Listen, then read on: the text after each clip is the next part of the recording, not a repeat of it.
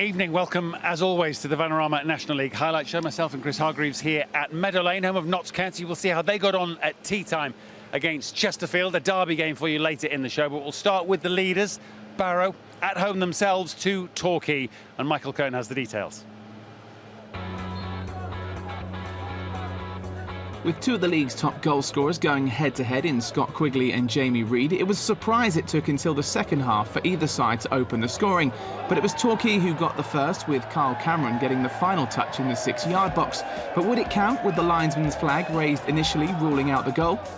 After consultation between the officials, the goal was given, much to the disapproval of the home side, with manager Ian Evatt being shown a yellow for his reaction.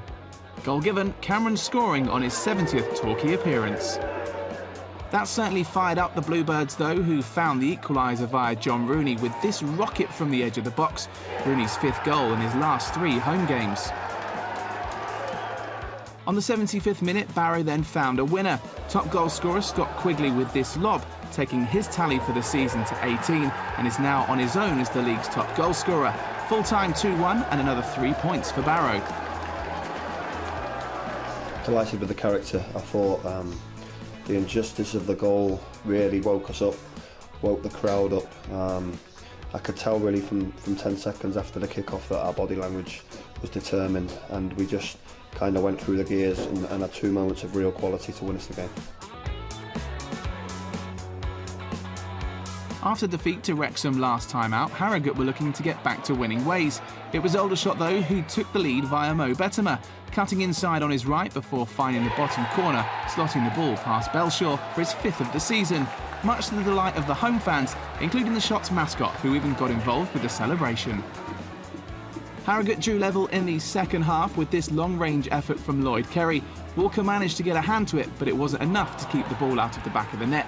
All level at full time, a point each for their efforts.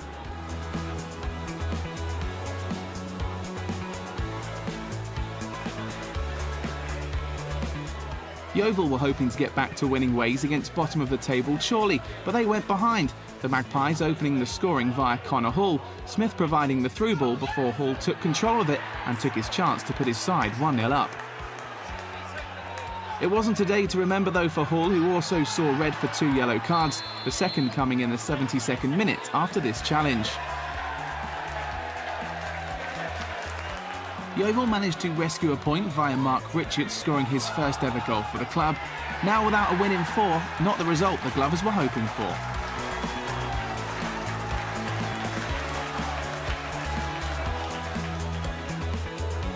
Unbeaten in 6 and having won their last 3, Halifax were looking to keep their good run of form going. The first action came with Allen in on goal being brought down on the edge of the box by Jack Holland. Straight red card for Holland, his first ever dismissal in 193 appearances for the Ravens. Halifax took full advantage of the resulting free kick. Devante Rodney's initial effort going through the wall was then followed up by Niall Mayer in the 6-yard box, 1-0 to the Shaman. Halifax then doubled their lead before half-time with this effort from Rodney, who used his strength to hold up the ball before slotting it past Ryan Huddart. Bromley pulled one back in stoppage time in the first half. Raymond's floated free kick met by Joe Kizzy at the back post, who headed the ball past the keeper to give 10-man Bromley a lifeline. But that's how it stayed, 3 points for the Shaman, whose impressive run continues. Well, we'll talk about that one in a moment, but let's start obviously with Barrow losing at home today, and the hallmark obviously of the side that they have become this season is that they found a way with 2 exquisite finishes to beat Torquay. Yeah, you think the shock's on, but then 2, I have to say, brilliant goals. This half volley inside of the foot, that is a tough technique, brilliant goal. And then this one equally as good, just has a little look, sees the keeper off his line, dink. What a goal. A real potent strike force they are between them, aren't they? Oh, absolutely. Absolutely. And it's starting to feel like it's theirs. It is. They're creeping away, aren't they? I think it's affecting a few of the teams below because that psychological gap, it's sort of 7 points. Obviously, Ian Evatt and the boys won't be getting carried away. It's just business as usual. Keep doing the right things, keep believing, but goodness me, they're on the right track.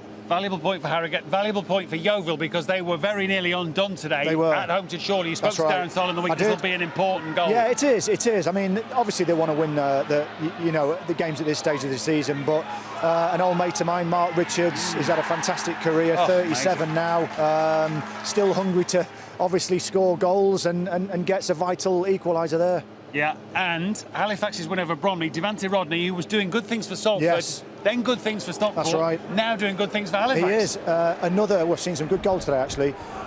You know, great loan signing, good bit of business this. Yeah. Shows strength, determination, and again, brilliant strike. Really, really good bit of business, that. Absolutely, and just they're hitting their stride again at the right time. Yeah, they keep surprising people, I think, don't they? Written off many times, but they've got the key ingredient, which is that sort of workman-like camaraderie. Spoken to the manager, haven't we? We've spoken to a few of the players, and they're all behind him.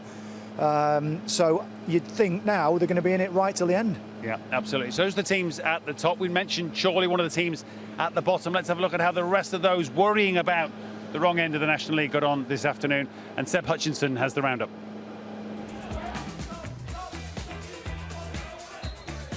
Ebbsfleet started the weekend second from bottom and needed a win at home to Sutton to move up the table.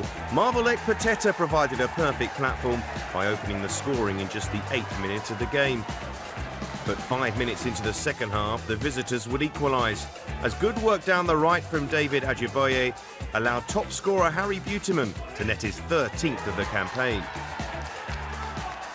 Mid-table Sutton had lost just one of their previous 11 matches and had a great chance to take the lead with 10 minutes left.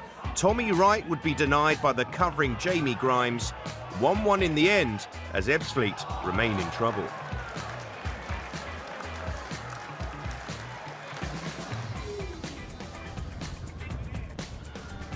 The playoff final seems a lifetime ago for AFC Fylde, who welcomed a Boreham Wood side on a run of 13 matches unbeaten. And you'll have to trust me when I say that it was Kabongo Shimanga who finished well to give the visitors the lead. A slightly clearer image, but not such a pretty goal from Jordan Williams, who bundled the ball over the line to equalise for the hosts just after the half-hour mark. But Fylde were to suffer a 4th home defeat on the bounce when a lovely cushion pass by substitute Ricky Shakes was converted by Jamal Fifield. Boreham Wood up to 5th, Fylde 6 points from safety.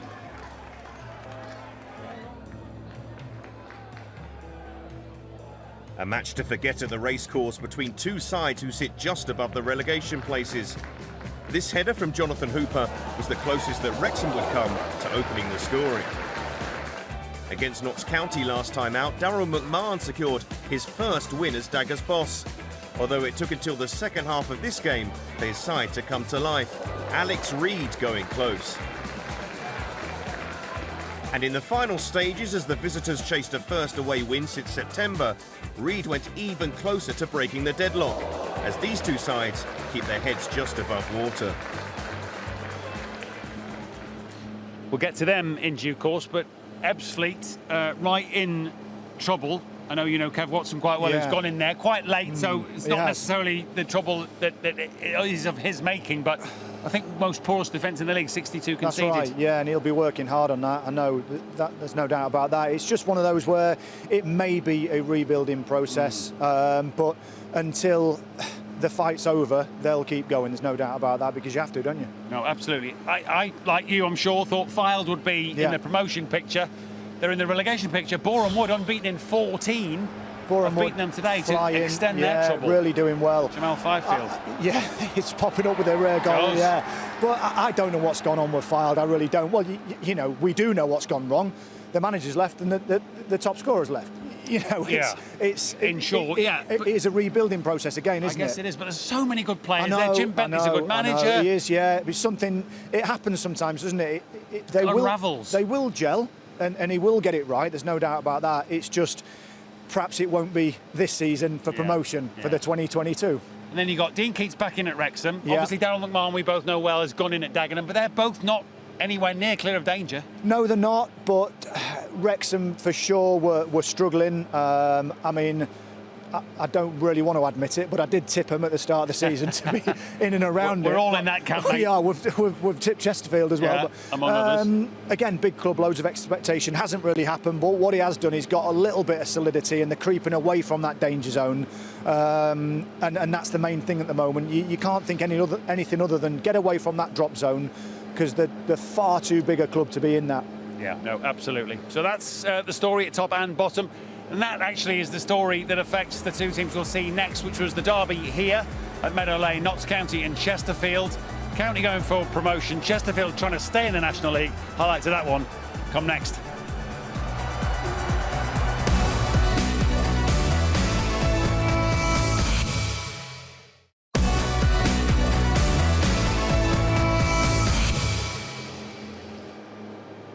Welcome back to Meadow Lane, which is the game that's next on the agenda for myself and Chris Hargreaves, watching Notts County host Chesterfield from 25 miles up the M1, so a derby of sorts, and watching this one for us in the commentary box, Adam Virgo and Adam Somerton.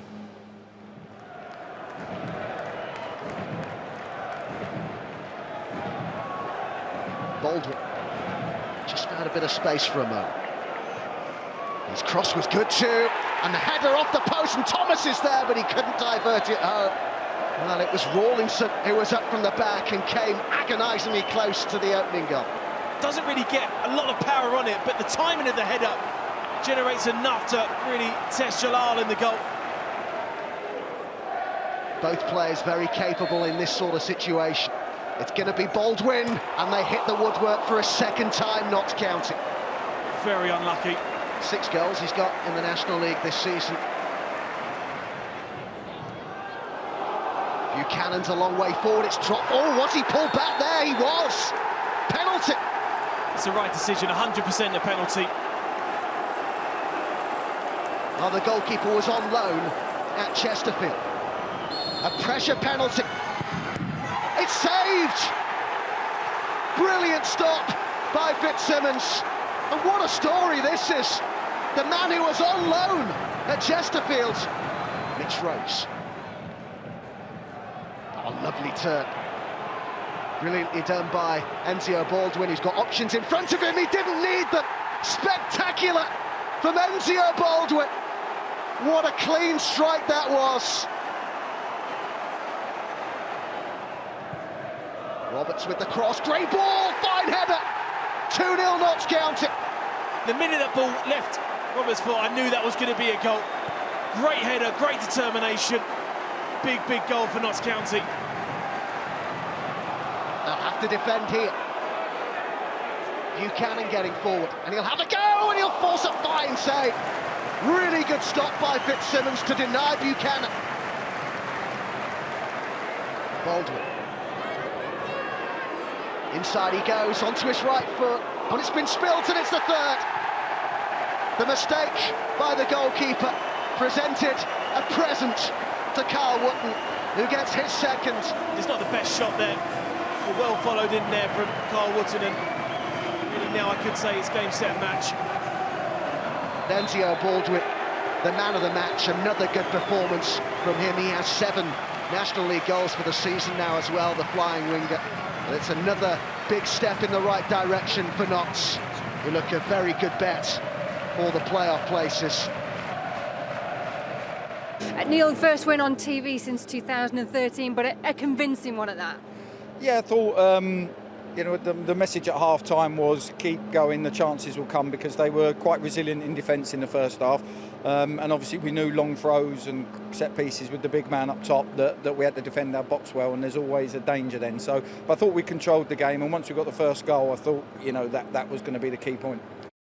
We are where we are, and you know, to win every game from now to the end of the season, you know, it's not going to happen. So we are going to lose games, but it's how we recover from the ones when we get the kick in the teeth. And we've got to, we've got to recover. We've got to go again. We've got a game on Saturday. You know, we've had 3 games where we've done okay.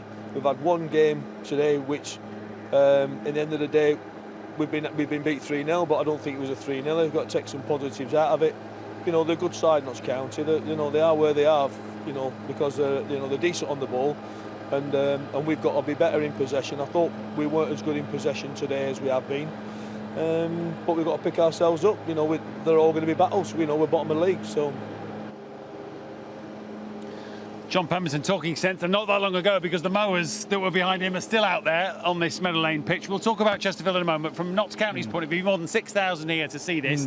And they're going well, aren't they, under Neil Ardley? Yeah, doing really well. And it's been a good story, hasn't it? It's been a story that we briefly touched on of a bit of adversity at the start of the season. But this is what you needed second half, a bit of magic.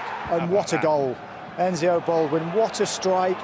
Unfortunately, you know, it's probably the first instance that we've talked about where someone didn't step out and go and press that ball. You've got to at some point. The man becomes the danger then. But don't take it away from that. Brilliant strike, having a good season, very creative, good player. Absolutely. And a bit of quality about this one. We like the look of Callum Roberts. Blythe Spartans have set him up. What a left peg he's got. Yeah, former Newcastle youth player, and very talented. Sees it as a big opportunity for himself to get his career back on track. Brilliant ball, brave header, and at that point it's game over. But again, no pressure on the ball. I mean, best players in the world, it's going to be lethal, that. But they were on the front foot second half, and this capped it off, didn't it? Yeah, Carl Wotton with the second. He was obviously the scorer of the header, and then Baldwin kind of inadvertently sets him up with the shot. Shwan Jalal doesn't want to see that again. No, he doesn't. But, you know, this happens as a keeper. It's the hardest position on the pitch. But, again, positive play, but no pressure on the ball, gets the shot off, and a good follow-up. I thought they were bright and inventive second half, and a thoroughly deserved winner, a big win as well at this stage of the season, and that momentum's really building for this famous old club. It did create chances, Chesterfield, second half. John Pemberton said it wasn't a 3-0, and they probably should have got themselves on the score sheet today. Yeah, they probably should, but I tell you what, Mike, they definitely fought for the manager, and he was right after the game. You know, they've had 4 games, a 1-2, drawn 1. You know, it's a loss against a good team. So what? Get over it and move on. And they did create. They kept going. It wasn't their day, but as I say, they were playing a decent team today, and a team perhaps that have got that little bit of confidence that Chesterfield are lacking at the moment. Yeah, big game against Wrexham next up, isn't it? Big game. Massive game. I think that once it goes to 5-8 points, it's a real struggle. So it's a case of going there and doing what they did in the first 3 games of John's tenure, which was be hard to beat. Yeah, more action then from the afternoon to roundup, and Sam Ashew is your man with all of the details. Eastleigh's season has taken an unwanted turn of late. They had lost 4 out of their last 5 games. The Spitfires got off to a flying start here, though, just 10 minutes on the clock when Jack Payne found space for his first of the season. Jack proved a pain for Woking just 9 minutes later, crossing for Tyrone Barnett, who used his Barnett to double the lead. 2-0 it would finish, and a first win in 7 for the home side. Dover were hoping to bounce back from a midweek defeat at Halifax and nearly took the lead against Stockport when Oscar Goburn's header looked to be looping in, but for fine heroics from Paul Turnbull. But Turnbull went from 0-0 6 minutes before half-time. A wayward challenge on Jai Reeson more than worthy, and straight red card. Fresh from his clattering, Reeson picked himself up, dusted himself down and played through Ini Effiong, who smashed the Whites into the lead.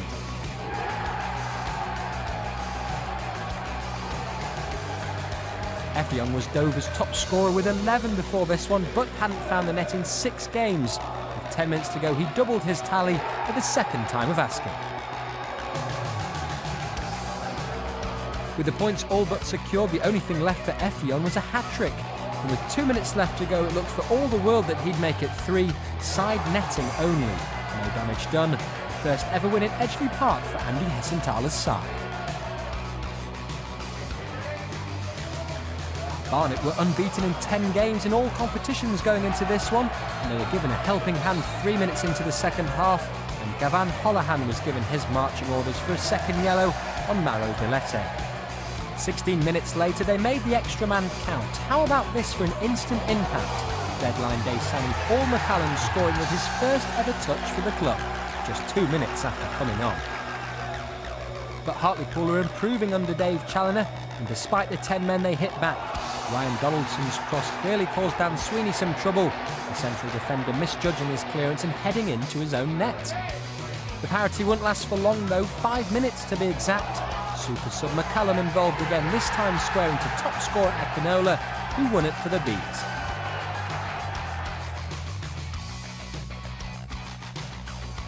Prior to today, 7 of Maidenhead's 11 wins this season had come on the road, and on this performance you can see why. They found the breakthrough on 66 minutes, James Akintunde converting Josh Kelly's cross for 1-0. The home side, meanwhile, were without a goal in 5 and without a manager going into this one, following the sacking of Tim Flowers on Tuesday night. A bad week got worse when Odie Alpha wrapped up the win for Maidenhead. Solihull's slide continues. Yeah, we'll come on to Solihull because it's a talking point for sure with the departure of Tim Flowers. But Dover, 3 points off the playoffs, 2 and should have been 3 for in the F Young, and I feel a little bit sorry for Jim Gannon and Stockport because financially he's had the rug pulled from under him a little bit with players' departures. You've got to work within a very tight budget there, but yeah, Dover. We always seem to talk them about, don't we? They're great away. Yeah, they are. Poor at home. It's which weird. This has been reversed over the years, but. 2 good goals, you have to say, and he's a handful on his day. There's no doubt about it. He's had more scored clubs. in 6. No, more and nearly clubs than had 3 Tiger Woods. Yeah, does he pick the wrong choice? Should he dink it? Should he go across the keeper first? Only he knows that tonight. Relaxing Well, he should score. One way or another, he should score. He should. Nonetheless, good for him and obviously for Dover. Now, I mentioned Solihull. Tim Flowers' departure this week. It sounds mutual, but we're not quite sure why. No. Paul McCallum goes to Barnet. Why does he do that? Scores on his debut. Solihull, it's kind of gone wrong. It suddenly implodes, doesn't it? I mean, I don't know the story. No one does at the moment. Tim Flowers has done a fantastic job there. Everything seemed to be rosy. I find the Paul McCallum one a strange one. One of the best. Loan to Barnet. One of the best strikers in the league. So something's amiss somewhere. But you can only hope that whoever takes it on galvanises it and says, "Look, we've got a chance still," because they have. Well, they're only 3 points off the playoffs, and I think they were less than that when Tim decided that, or he and the club decided at the end of the road was here. It hasn't been the season they all wanted or expected, but you could say that about almost every team in the division this year. You could, but whether it's because he wants to move to go to another job, we don't know. Whether it's because the owners think they've ploughed a lot of money in and it's still not happening, but there's no divine right to be in there, and it's not that they weren't having a disastrous season, so.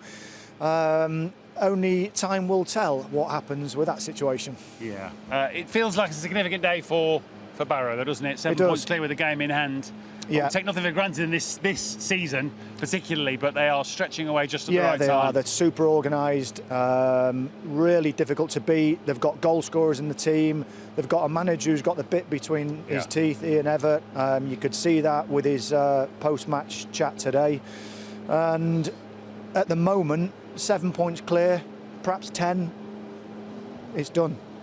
No one's saying that yet. Hang on. Done is a short word with a lot of if you get to 10 points, added. if you get to 10 points clear in this league, you've got half a chance. Yeah, now he won't be saying that.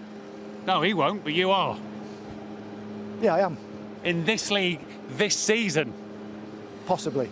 Let's have a look at the table just to see how much sense Christopher talks. They are 7 points clear. Barrow with a game in hand, so it could be 10. Those are the facts. You are right, with an excellent goal difference to boot. So they are very much in the driving seat. Harrogate, don't mention them enough, in second with a small squad. Halifax up to third, and as you can see, Yeovil, Boreham Wood, Notts County, who we've seen here, and Bromley make up the top 7. Everybody in the top half, for sure, is still thinking about the playoffs because there's no space between Bromley in 7th and those down in 10th. And even, perhaps, arguably, those at the bottom of the second half, if you know what I mean, the top of the bottom half. I'll get my words out eventually. But worrying times, obviously, for Chesterfield and Fylde, as it has been all season. They don't, again, write off Chorley or Ebbsfleet, but obviously an awful lot of work to do for them too. Nonetheless, Fylde and Chesterfield, big clubs, in big trouble now with, 13, in some cases 14 or so games to go. Worrying times for Jim Bentley and, of course, for John Pemberton and Chesterfield. Mentioned that it's a big game against Wrexham next time out for Chesterfield. Thanks, as always, to Chris for his positivity, giving the game away about Barrow. We shall see. As you rightly point out, Christopher, time will tell. Certainly a good day for Notts County. More than 6,000 here to see them beat Chesterfield. Bragging rights in the derby. Thanks for your company. See you next time.